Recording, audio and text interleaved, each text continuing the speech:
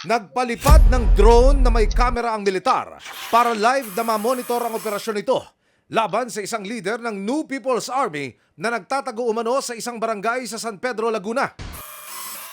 Kita ang pagpasok sa eskinita ng nakasibilyang mga sundalo. Maya-maya, maririnig na ang tinig ng drone operator habang binabatuhan ito ng instruction sa radyo ang mga sundalo on the ground. Sa likod bisan, pababa na, sa gilid na bahay, pababa. Nakalusot ang suspect ng unang ma-penetrate ng mga sundalo ang target area. Nagtatakaw, nakaupo sa right side. Katabi siya ng yero na pader. Pero hindi nagtagal. Positive ID. Nice one, good job.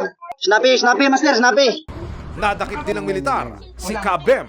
Ayon sa militar, wanted ang umano'y rebelde dahil sa pagkakasangkot umano nito sa mga pag-atake sa mga base ng militar at pulisya sa Bicol at Southern Tagalog. Naglaylo siya doon sa kanilang grupo sa Sorsogon. Halos kasabay ng pagkakahuli kay Kabem. Napasuko na rin ng militar sa Labo, Camarines Norte ang mag-asawang sina alias Pots at alias Sab.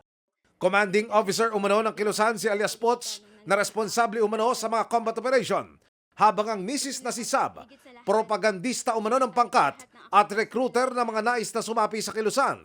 Patuloy naming sinisikap na makuha ng panig ang nadakip na rebelde, gayon din ang mag-asawang sumuko sa mga sundalo. Yung sistema.